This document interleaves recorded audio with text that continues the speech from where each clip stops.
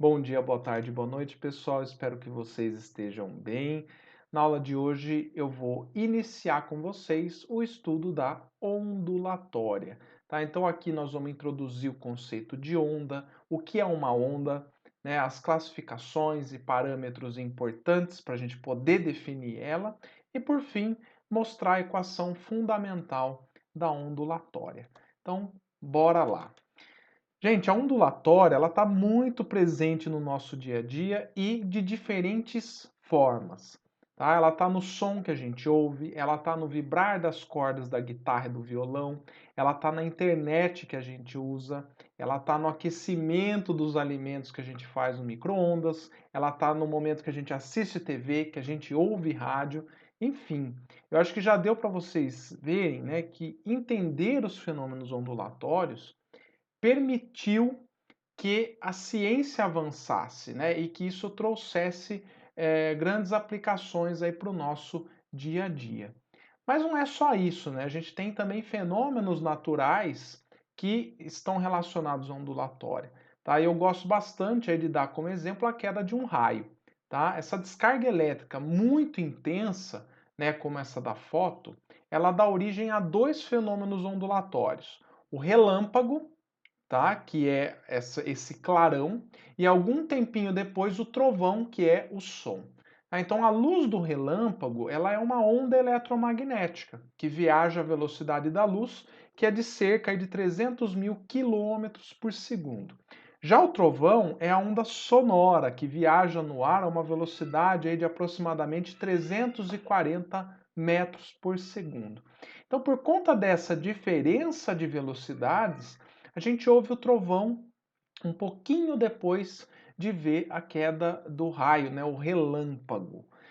E o bacana disso tudo é que a gente até pode estimar a distância que o raio caiu da gente. Né? Isso é assim bastante comum as pessoas fazerem essa conta. Né? Então, como é que isso funciona? Né? A velocidade da luz ela é praticamente instantânea para nós. Só para vocês terem uma ideia, em um segundo a luz seria capaz de dar 7 voltas e meia na Terra, só para vocês terem uma base. Né? Então, se a gente medir o tempo que leva para o som do trovão chegar até nós, após observarmos um raio, né, a gente consegue resolver esse problema de estimar a distância que o raio caiu. Tá? Então, por exemplo, se levar 3 segundos para a gente ouvir o trovão, isso significa que o raio caiu, fazendo as continhas, a aproximadamente 1 quilômetro de distância.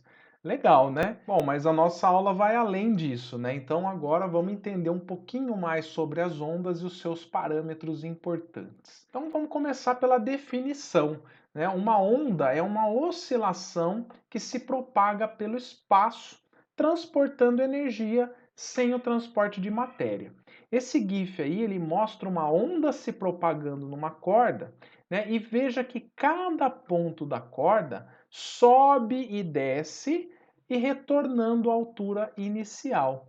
Já a animação de baixo, ela mostra o esquema de uma onda sonora se propagando pelo ar. Veja que as partículas, elas oscilam, mas elas retornam mais ou menos para o mesmo ponto inicial. Na prática, né, mais ou menos. Aí na simulação ela retorna exatamente para o mesmo ponto.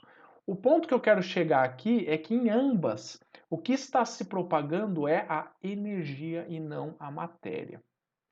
E para facilitar um pouquinho a compreensão nossa sobre as ondas, elas são classificadas de várias maneiras, tá? Primeiro, quanto ao tipo. Elas podem ser transversais, que são as ondas que têm a direção de oscilação perpendicular à direção de propagação, tá? Que é o que vocês estão vendo aí nessa animação, essa onda numa corda. Então ela vibra na perpendicular, né, com relação ao sentido de propagação. E elas podem ser também longitudinais. Tá? Nessas ondas, a oscilação e a propagação ocorrem na mesma direção. Beleza? Por fim, a gente tem também, né, quanto ao tipo, as ondas mistas, que é a combinação das duas. Né? As ondas na superfície da água, elas se comportam dessa maneira, tá? Veja que elas executam um movimento transversal para cima e para baixo e um movimento longitudinal, né, para frente e para trás. Essa combinação dá esse movimento de uma partícula, né, de ficar executando um movimento circular ou uma elipse, dependendo, é claro, da diferença de velocidade que ela tem na horizontal e na vertical, tá? Mas esse é o tipo de onda mista, tá? Quanto à propagação das ondas, elas podem ser unidimensionais, quando elas se propagam em apenas uma direção, tá? Tendo como exemplo aí as ondas em cordas e em molas. Elas também podem ser bidimensionais, quando elas se propagam em uma superfície, tá? E como exemplo você tem a água, né, num lago, enfim. E as tridimensionais, que são aquelas que se propagam em todas as direções, né, que é o que acontece com a luz e o som, tá? Quanto à natureza das ondas, elas podem ser basicamente de três tipos. A gente tem as ondas mecânicas, gravitacionais e eletromagnéticas. Começando pelas ondas mecânicas, são aquelas que dependem de um meio para se propagar. Tá? São exemplos dessas ondas nas cordas, molas, água, o som que se propaga no ar e assim por diante. Então, todas elas precisam de um meio, né, para poder estar se propagando e transportando energia. As ondas gravitacionais são as oscilações que ocorrem no espaço-tempo e que se propagam na velocidade da luz a 300 mil quilômetros por segundo. Só para vocês terem uma ideia, elas foram previstas lá na teoria da relatividade geral de Albert Einstein em 1915. E a confirmação direta dessas ondas só aconteceu há 5 anos atrás, né? Em 2015. Tá? E como que se deu isso? Né? Os cientistas detectaram as ondas gravitacionais geradas por uma colisão de dois buracos negros. Tá? Olha que interessante. Então esse é um segundo tipo de onda que se propaga aí pelo espaço. Por fim, as ondas eletromagnéticas são oscilações de campos elétricos e magnéticos que se propagam no vácuo e fora dele. Tá? Elas são ondas transversais, né, e se propagam no vácuo com aproximadamente 300 mil quilômetros por segundo. Veja só uma coisa, essas ondas elas têm um espectro bastante amplo. Elas vão desde as ondas de rádio, que a gente usa aí para o sinal de televisão e de rádio, até os raios X e raios gama, que são ondas extremamente energéticas, né, de alta frequência e que são perigosas para nós, né, em doses altas, tá? Veja que a luz visível, que é aquilo que a gente enxerga, é só uma pequena faixa desse espectro, tá? Então é uma faixinha aí que está entre o infravermelho e a radiação ultravioleta, tá? Mas veja, ao longo das aulas a gente vai comentando um pouquinho sobre cada uma dessas faixas, né? E onde elas são usadas. Agora, para a gente poder fazer previsão quanto à propagação das ondas, a gente precisa definir alguns parâmetros quantitativos, ou seja, alguns parâmetros que a gente pode medir e atribuir um número, tá? O primeiro deles é a amplitude, que define a magnitude da oscilação da onda. Tá? Veja que a amplitude ela corresponde à distância da crista ou do vale, né, que são os pontos mais altos ou mais baixos da onda, até o nível de equilíbrio. Tá? Então essa é a amplitude e ela pode ser medida em metros, centímetros, unidade de comprimento, tá? Mas você sabe que no sistema internacional é o metro. E outro detalhe importante é que a amplitude ela está associada à energia, né? Quanto maior for a amplitude, maior é a energia que está sendo propagada pela onda em um determinado meio, tá? Próximo é o comprimento de onda, né? Que é uma grandeza que mede a distância entre duas cristas, que são os pontos mais altos da onda, ou entre dois vales, pontos mais baixos da onda. Note que para representar o comprimento de onda, a gente usa a letra grega lambda, tá? E ela tem unidade de comprimento também, que é dado em metros, centímetros, etc. Já o período é o intervalo de tempo de uma oscilação completa. Tá? Veja que na animação, o período é o intervalo de tempo que o ponto amarelo, né, na corda ele leva para completar uma oscilação completa, né, de sobe e desce, tá? Veja que o eixo x ele representa esse tempo, tá? A frequência é o número de oscilações por intervalo de tempo. Matematicamente, a gente define frequência como n dividido por ΔT. De novo, número de oscilações por intervalo de tempo. Se a gente souber o período da onda, ou seja, o tempo de uma oscilação, a frequência pode ser determinada pelo inverso do período.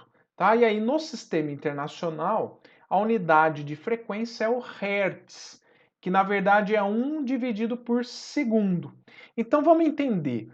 Uma onda com 1 Hz de frequência significa que ela tem uma oscilação por segundo. Tem não, que ela executa uma oscilação por segundo.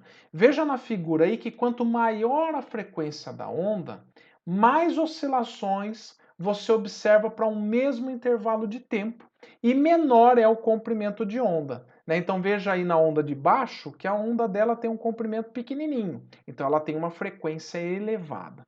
Outro fato importante é que a frequência é dependente da fonte que a gera, tá? E por isso ela não se altera ao mudar de meio, tá bom? Por fim, a gente pode obter a velocidade da onda em termos do comprimento de onda e da frequência. Para isso, né, é importante que a gente observe essa onda se propagando e a gente vai tomar uma oscilação, né, e a gente vê que essa onda desloca então um lambda no intervalo de tempo de um período. Né? Como o período é o inverso da frequência, a velocidade de propagação então é dada por v igual a lambda vezes f. E essa equação, gente, que determina a velocidade de propagação da onda, ela ficou conhecida como equação fundamental da ondulatória. E a partir dela a gente vê, né, que como num meio a velocidade é constante, o comprimento de onda é inversamente proporcional à frequência. Então, quando o comprimento de onda é grande, a frequência é baixa. E quando a frequência é alta, o comprimento de onda é pequeno, tá bom? E eu quero que vocês tomem cuidado, eu vou repetir. A velocidade da onda, ela não depende nem da frequência e nem do comprimento de onda, por incrível que pareça.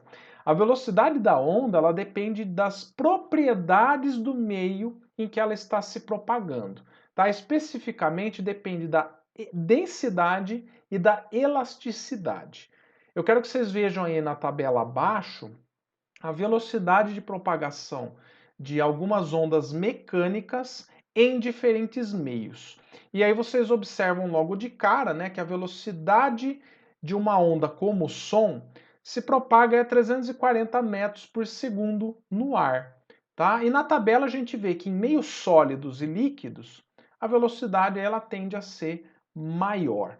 Tá? Agora, numa corda esticada, a gente consegue demonstrar que a velocidade de propagação da onda é dada por raiz da força de tensão dividido pela densidade linear da corda. Tá? Então esse F é a força de tensão, tá? E o μ é a densidade linear da corda ou a massa por metro de corda. É basicamente isso, tá? E a equação e os experimentos mostram que quanto maior a tensão na corda, quanto mais esticada ela está, maior é a velocidade de propagação.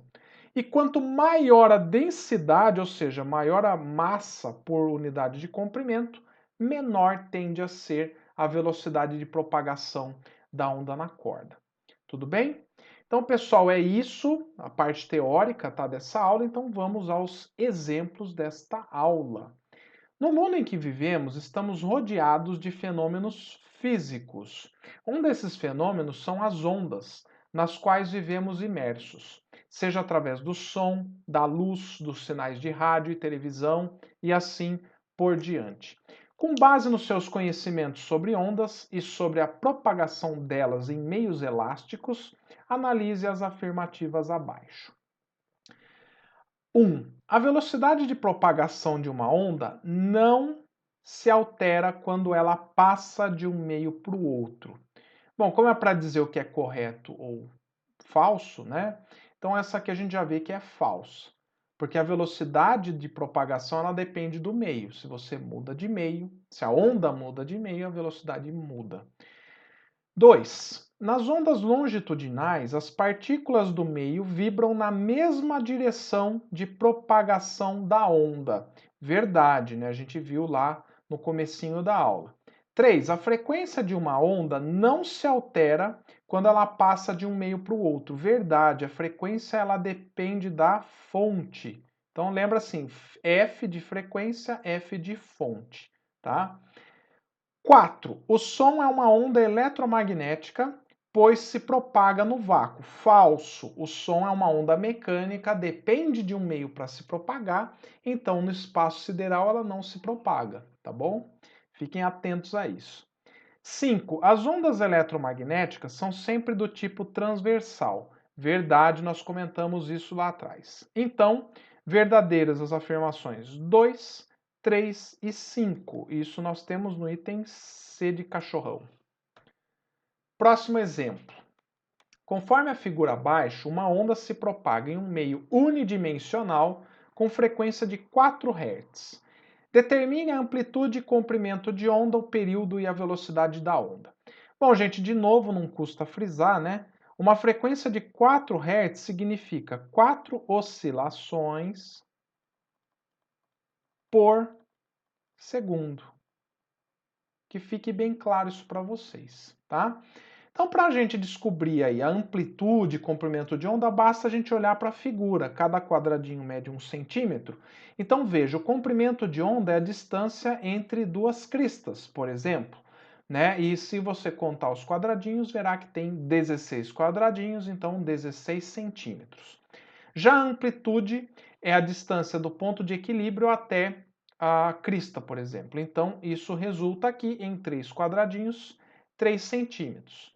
Beleza, então para a gente calcular agora a velocidade, dado que eu conheço o lambda e a frequência, basta substituir os dois valores. Chegamos que a velocidade é de 64 centímetros por segundo. Se eu quiser ela em metros por segundo, basta eu dividir por 100, né? Então aí eu chego em 0,64 metros por segundo, tá? Por fim, se eu quiser determinar o período é o inverso da frequência. Então, basta fazer 1 sobre 4, isso dá 0,25 segundos, tá? Então, esse é o tempo de uma oscilação, ok? Vou até escrever aqui, ó. Ótimo. Exemplo 3. Uma fonte oscilante harmônica simples gera um trem de ondas numa corda de densidade linear μ 0,20 kg por metro, tracionada pela carga de peso 5 newtons. A figura mostra a distância entre dois pontos sucessivos em que essa onda corta o eixo x. Determine item A a velocidade de propagação dessa onda e item B a frequência de oscilação da fonte. Então, gente, com esses dados, né, a gente tira que esse peso da caixa, ele se transforma nessa força de tensão na corda, né, ou de tração, que vai ser de 5 newtons. Então, para a gente determinar a velocidade de propagação da onda, a gente tem os dois parâmetros, né, o da elasticidade e o da densidade aí do meio. Então, a velocidade de propagação, raiz de F sobre μ. Então, dividindo aí a força que é de 5 por 0,2, e daí a gente tem que tirar a raiz disso. Vamos pensar um pouquinho, ó. O 1 dividido por 0,2 dá 5, né? Como é isso aqui dividido por 5, então isso aqui vai dar 25. Raiz de 25 vai dar 5 metros por segundo. No item B, ele pede a frequência de vibração dessa corda, né, que é transmitida aí pela fonte. Para a gente determinar ela, já que eu conheço a velocidade e consigo obter o comprimento de onda aqui, então basta usar a equação fundamental da ondulatória, né, V igual a lambda vezes F. Mas aí a gente tem que tirar esse lambda, né, daqui da figura. Veja que essa distância aqui, ó, ela corresponde a lambda sobre 2. Né? Para eu ter uma onda completa, eu teria que sair deste ponto e chegar até este. Então, o que eu sei aqui Lambda dividido por 2 equivale a 0,40 metros. Logo, um comprimento de onda total vai dar 0,80 metros. Beleza, então vindo aqui, isolando a frequência, que é o que ele está pedindo, vai ficar V dividido por lambda, né? Como a velocidade é de 5 e o lambda é de 0,8, basta a gente fazer essa divisão, que vai dar de 6,25 Hz. Ou seja, 6,25 oscilações a cada segundo. Certo, pessoal? Questão 4. Unicamp. A tecnologia de telefonia celular 4G passou a ser utilizada no Brasil em 2013 como parte da iniciativa de melhoria geral dos serviços no Brasil em preparação para a Copa do Mundo de 2014. Algumas operadoras inauguraram serviços com ondas eletromagnéticas na frequência de 40 MHz. Sendo a velocidade da luz no vácuo 3 vezes 10 a oitava metros por segundo, o comprimento de onda dessas ondas eletromagnéticas é... Então, pessoal, só por curiosidade, essa frequência que está na faixa das ondas de rádio, tá bom? Então, megahertz significa 40 vezes 10 a sexta hertz. Tá? Então, o mega é 10 a sexta, o giga 10 a nona, o tera 10 a 12, tá bom? E aí eu tenho a velocidade, então basta a gente, para determinar o comprimento de onda, a gente usar a equação fundamental da ondulatória, V lambda F. Então, lambda é V sobre F, onde esse V vai ser a velocidade da luz, que costuma se usar a letra C, tá? Então, aqui vai ficar 3 vezes 10 a oitava, dividido por 40 vezes 10 a sexta. Aqui, ó, dá para a gente juntar esses dois aqui, ó, 10 a 7 com 10 a 8, vai sobrar um 10 aqui, elevado a 1. Tudo bem? Aí aqui vai ficar, então, 3 quartos vezes 10 em cima, tá? 3 quartos é 0,75 vezes 10, 7,5 metros. Certo, pessoal? Então por hoje é isso. Espero que vocês tenham gostado da aula. Qualquer dúvida, me procurem aí nos atendimentos, no Moodle, no chat. Enfim, estou à disposição de vocês. Um grande abraço.